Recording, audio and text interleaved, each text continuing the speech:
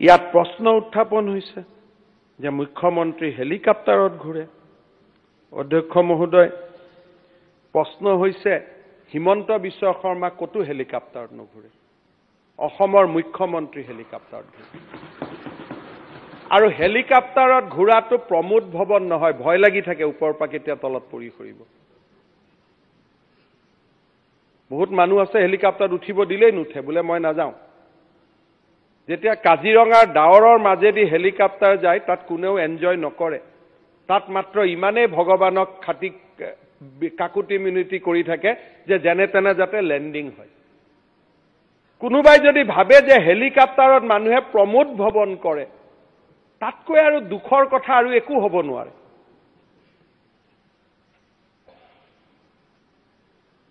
হেলিকপ্টাৰত যদি মই নাযাওঁ, তেতিয়া আমাৰ বড়ো সাহিত্য সভাকো ক'ব লাগিব যে একেদিনাই কোকৰাঝাৰত মিটিং নিদিব, একেদিনাই মিচিং সাহিত্য সভাকো ক'ব লাগিব ধেমাজিত মিটিং নিদিব।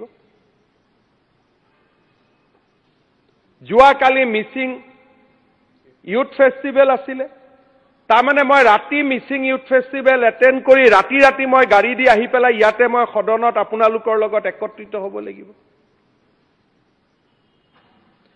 অধ্যক্ষ মহোদয়, কংগ্ৰেছী মুখ্যমন্ত্ৰীবিলাকে কি হেলিকপ্টাৰত নুঘূৰে নেকি? মই তৰুণ গগৈ ডাঙৰীয়া জ্যেষ্ঠজন, তেওঁৰ কথা মই নানো ইয়ালৈকে। অধ্যক্ষ মহোদয়, অসম ভাৰতৰ কোনখন কংগ্ৰেছ ৰুলৰ ষ্টেটৰ চিফ মিনিষ্টাৰ হেলিকপ্টাৰত নুঘূৰে?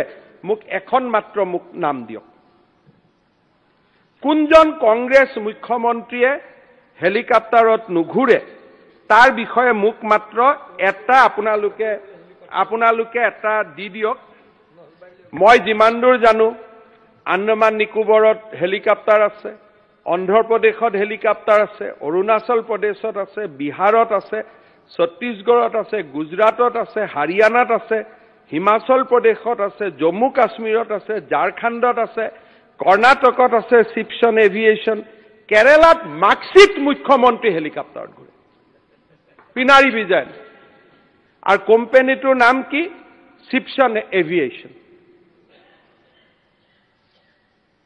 মহাৰাষ্ট্ৰত আছে, মণিপুৰত আছে, মেঘালয়ত আছে, নাগালেণ্ডত আছে, উৰিষ্যাত আছে, পাঞ্জাৱত আছে, ৰাজস্থানত আছে, তামিলনাডুত আছে, তেলেংগানাত আছে, ত্ৰিপুৰাত আছে, ইউপিত আছে, উত্তৰাখণ্ডত আছে, আৰু অখিল গগৈ ডাঙৰীয়াৰ প্ৰেৰণাৰ প্ৰতীক মমতা বেনাৰ্জীৰো হেলিকপ্টাৰ আছে। এই ধৰণৰ বিতৰ্ক এই সদনত লৈ আহিব লাগে নেকি? মোৰ ল'ৰা ছোৱালী আৰু ৱাইফ হেলিকপ্টাৰত নুঘূৰে। আৰু আপোনালোকে এইটো কথা নিশ্চিত থাকিব যে যিদিনাখন অসমৰ মুখ্যমন্ত্ৰী মই নাথাকিম, সিদিনাখন মোৰ লগত কোনো হেলিকপ্টাৰ নাথাকে।